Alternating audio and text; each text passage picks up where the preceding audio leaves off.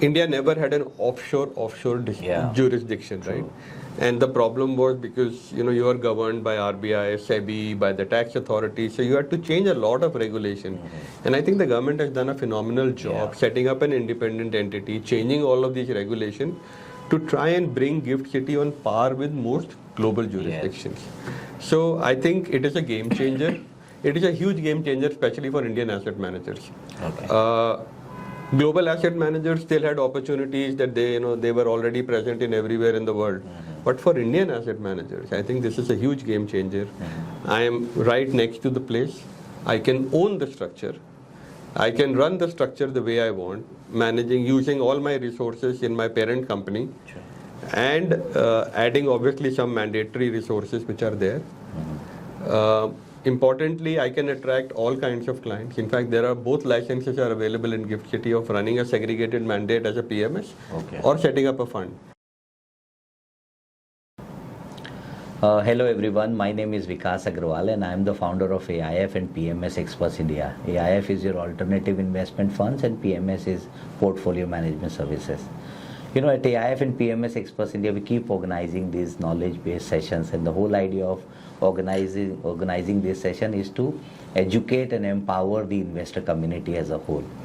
We've been doing it for quite some time, so some of you who would have seen our show earlier on YouTube might be familiar with the fact that we run this show called Ask the Expert, where we invite industry experts. We try and read their mind, try to decode what's happening in the economy or in and around the world, and understand that how do we take the maximum advantage of that. So with me I have someone very special, Mr. Rajnish. Rajnish, first of all, thank you so much for accepting our request and taking the time out from your busy schedule. Thank you so much for having me on the show. Right. So let me have the privilege of introducing Rajnish here. He brings about almost 2.5 decades of rich experience on the table when it comes to investing in capital markets, more particularly in India. And he's the CEO at Karma Capital, and what we're going to do is to try and read his mind about how he is managing public money under the PMS platform. That's one. And also we try and decode what's happening in GIFT City, particularly for NRI clients, and also understand that how these NRIs, because knowing the fact that India is growing, we are the fastest growing engine for the world. So how does our NRI friends try to take the advantage of the structure which is available on GIFT City now? So let me start by asking you, Rajnish, my first question is that if you can talk to our audience about, you bring about almost, as an organization, almost 17, 18 years of track record. Talk to us about your experience, your learning, and the investment philosophy that you led down in the organization. Fantastic. Thanks so much, Vikas. So I think Karma as a firm is now over 18 years old. Actually, we were set up in 2005 and we started managing money in 2006 when we got our license from SEBI for our first PMS. I think the philosophy has always been the same. The firm was set up for two simple reasons: that we wanted to run the firm with an investment philosophy which we thought was unique to us and was more suited to run in a boutique environment at that point in time rather than with large institutions, to be aligned to our clients and to make money for them. So instead of trying to raise assets only, we were trying to make sure that we manage money for the best of the client results and in the same time frame. So we always say we can only be as good as our clients allow us to be. So if I have a 2-year worldview and they have a 6-month worldview, or I have a 5-year worldview and they have a 1-year worldview, then I really can't manage money to their specification. So we always tell our clients that we try and manage money for every 3-5 year cycle. If you're coming with us, give us those 3-5 year cycle patience, and then I think we can deliver the best results. And that alignment with the client is something which has been very critical to us. Growth at reasonable price, early cycle investing. So growth at reasonable price can mean a lot of things to a lot of people. But for us, we generally try and buy stocks at a fair valuation for the growth that they can potentially bring to the table. We try and do it through an early cycle approach when we try and catch companies early in their growth cycle. Sometimes what happens is companies, for various reasons, may go through a bad patch, or their stock price may fall for some short-term reasons. True. But companies are inherently strong and are maybe at the down cycle of their business and coming out and getting into the next growth phase. Sometimes people don't realize that the next growth phase has come because maybe people are always influenced by what has happened in the near term. We try and catch companies during that growth phase. At that point in time, you normally get companies at a reasonable price and you can hold them for long periods of time. Okay. And that's been our broad philosophy over a long period of time in a very simple nutshell. We are bottom up. We are sector and benchmark agnostic. So we and try and catch companies early in their growth cycle. I think that's the core philosophy. Right. At Karma Capital, Rajnish, you've been managing offshore money for quite some time, Yeah. more than 1.5 decades now. Yeah. Perhaps one of the oldest in the industry, I would say, and I'm telling you with a lot of authenticity because I keep talking to some of the other fund managers also. Yeah. So, what is your experience? How India is now spoken about in the global forum? Number one, and number two, I also want to read your mind on. Because now you have planned to bring this structure to GIFT City in India. So how are you going to do it and how it can be beneficial for NRI friends? I can answer that question for the whole day, but let me try and answer it in a very short way. Right. So at Karma, we've been lucky in the sense that our offshore journey started almost at the same time when the firm started. Okay, so very first year first year of our operations, we started with HNI and individual clients who knew us. Right. But we had some people who connected us and to Julius Baer Asset Management who were looking for an asset manager for their emerging market long short fund. They wanted somebody for the India long only portion. And they liked us, they liked the way we manage money, and that was our first client. So that was your first global mandate? First global mandate in 2006 itself. So that's been, it's quite interesting that offshore became very early. Most firms in India go through a long domestic journey before they go out to the offshore space. And the reason why, as you rightly said, we were one of the early guys in this space is maybe our journey started and offshore happened. So we've been doing this for a while now. I've also personally been doing this for a while now, offshore business. I think in the last 15, 20 years, what has changed is, earlier we used to have to first tell people what is India. Why should they look at India? Why is India standalone allocation? Why shouldn't just India be a part of emerging markets or global markets or Asian markets? Right. Today, that conversation does not happen. India is now very well established in most places in the world that they want to invest into. So we no longer have to sell India as a country or India as a equity market. Today, the questions and answers happen about how do we manage money? How is the market looking? What is a good entry point? What is the valuation? How are we relative to the other markets? Rather than people asking us a question, should we invest in? Why should we consider investing? Why should we consider investing in India? So I think that is a big change. Sure. It's also got to do with the size of the country, economy, everything. So yeah, I think that's the first part of your. Yeah, that's my first part. The second is your GIFT City approach. Yeah. So okay, so there are various ways in which international clients have been accessing Indian markets through various offshore jurisdiction, through segregated mandates. The true broad ways in which foreign clients come into India are, if there are large institutional clients, they give you a segregated mandate, one-on-one mandate, which is, I just manage a particular structure in which only one client has money. That is called a segregated mandate. Like we do in PMS in India for individual, that is for a global client. The other way is a fund route, which is a co-mingled structure where there are multiple clients, right? Typically in the past, if I, as an Indian asset manager, I had to go and raise money from a fund structure, I had to go set up a fund somewhere in Luxembourg, maybe Singapore, maybe Mauritius, maybe in Cayman, maybe in Jersey. And it was always very, very hard, right? Because one, the regulations are very difficult for an Indian manager to get a license in those places. Then it's very expensive to run it. Then you're not very sure how much money you would raise, right?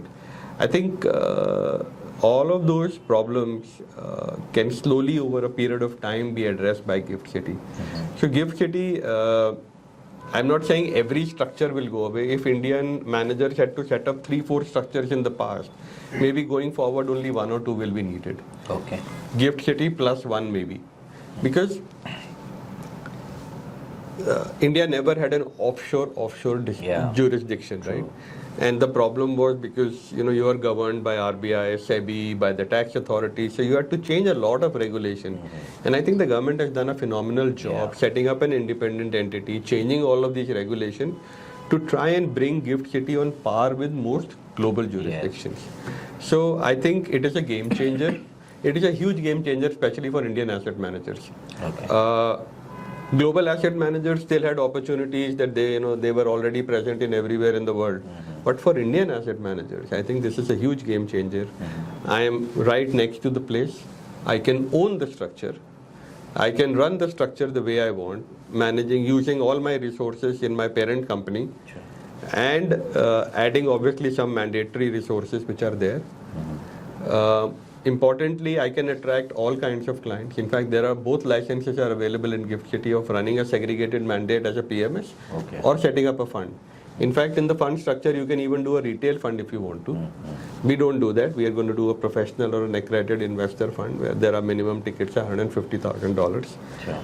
But now I have the opportunity to be able to compete with the rest of the asset managers in the world on a level playing field. Because when I go to a Europe or somewhere else, my brand, my ability to invest and how I own the structure gets very limited. So we are going to set up a Gift City structure because we believe the opportunity is tremendous. And this 18 years of track records, and we've been managing money for global clients. So it's just a replication of that strategy into the Gift City structure. Right. So for the benefit of our investors, if you have to quantify in terms of numbers, what would be last 15, 16 years of numbers, the CAGR returns? So last 10 years, we've delivered about 17% compounding returns in rupee terms, which is about almost 2.5-3% above the broad index of BSE 500. So I think that itself is a fairly long track record. Last 5 years, I think we've done about 25% compounding returns, which is almost a 4% alpha on the index. So I think, and if you convert it into dollar terms, maybe you can reduce it by 3-4%. So 17% will become maybe 13.5%, and 25% will become 21-22% compounding returns in dollar terms, in US dollar terms. So I think that's a very powerful return. There are very few, I don't think there are many stock markets in this world who have delivered more than this. Honestly, I don't think there is any. US, S&P 500, maybe the NASDAQ over periods of time would have done better. But I don't think there are any other jurisdictions which have delivered this kind of return. And we have delivered 2 or 3 more percentage higher after fees on of these returns. So this is what we want to bring to the table. As I said, our process also leads to a very differentiated outcome. So we are not just saying, you come to India and we'll give you India beta, which they can do by an ETF, right? I'm not giving you just the index. I'm giving you a fairly differentiated portfolio which looks actually fairly different than the index. So you are coming to me for active fund manager. You're coming to a boutique India asset manager who you hope, and that is the reason why our largest client incidentally is Norges, the sovereign wealth fund of Norway. And they've been our client for the last 12 years.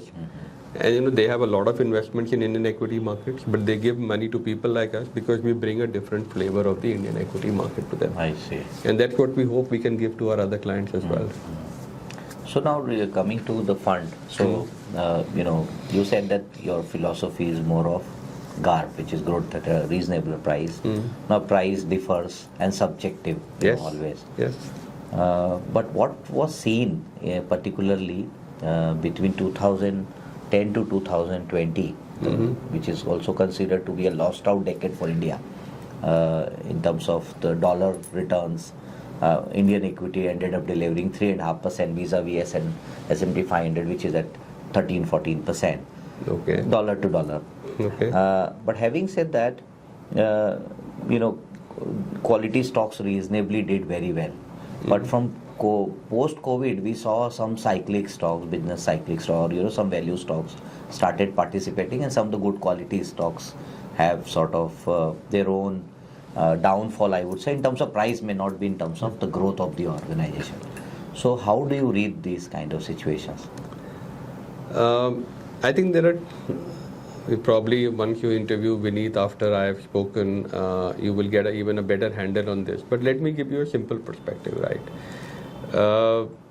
You can slice, you can selectively pick up data, and you can slice and dice data to tell the world that we've done well or we've not done well. My first and simple foremost thing is that I think if you go back 10, 20, even 30 years and compare Indian stock market returns to the US market returns, we've done very well comparing it to an S&P 500. But yes, we've had our pockets of underperformance, and so has the US market had its pockets of underperformance. Sure. But if you look at on an average of rolling 5-10 year returns, I think Indian and the US market could have delivered fairly similar returns. Similar. So yes, we did go through our challenges, in 2008 financial crisis, 2013 taper tantrum, we had the 2018 IL&FS crisis and securities crisis. So yes, these things do hurt, and then COVID happened immediately after that. But if you keep looking, I don't think you can call it a lost decade, yes. As a country, you also go through, we always believe everything goes through a cycle in life, right? The world goes through a cycle, countries go through a cycle, economies go through a cycle, stock markets go through a cycle. We went through our own cycle. Sometimes those cycles can be short or long. But I think currently we are on a very, very strong wicket. We are looking at India, our average GDP growth over the last 4 years, okay, post-COVID a little higher, maybe 7-8%. Yeah. And maybe in the next 5 to 10 years, we're still looking at 6.5-7% growth. True. I think that's still one of the most powerful growth engines in the world. We are now almost a $3.5-4 trillion economy. We are a $5 trillion stock market. So I think we're still fairly young as a country. Still not very wealthy at $2,500 per capita, but I think we are reaching that point where everything is lined up in our favor. Mm-hmm. I'm sure you've been hearing a lot of people tell you that the balance sheets of individual, corporate, banks, everything is in a good shape right now, right? We are fairly government balance sheets. Everything is fairly deleveraged, well under control. Growth prospects seem strong. So over the medium term, I think India looks fantastic. As I said, you can keep comparing various cycles and say that, we did well here, we did well here. Mm-hmm. But I think over long periods of time, India as a country has done fairly well. And this is when we had so many multiple problems, global issues and domestic issues. As we fought through our banking NPA problems, as we fought through our taper tantrums, our own inflation issues. I think we've come through all of that, and at this juncture, all of those problems don't seem there. So we can only get better from here. So I think the opportunity, I'm saying US market is fantastic. US as an economy is great. They will continue to do what they're doing. But I think we will stand up right up there among one of the best opportunities to invest in the world, along with the US markets and maybe a few other select places. Sure. No, there is no denying on the fact that to my mind also India is the only country perhaps across the globe which can come or compete with US, in terms of stock markets. So no denying on the fact that the kind of DNA which is required as a country to have these kind of performance will go a long way. So with that, we'd like to conclude the session here. Thank you so much for sparing the time with us and helping us to educate our investors. Thank you so much for having me here, listening to me patiently, and thank you to all your clients and investors who are tuned in to listen to us. Right. Thank you so much. In case you have any questions or you wish to speak to Rajnish or wish to line up a meeting with the fund manager, please feel free to reach out to us at aipms.com, and our team will help you to line up the meeting. Thank you.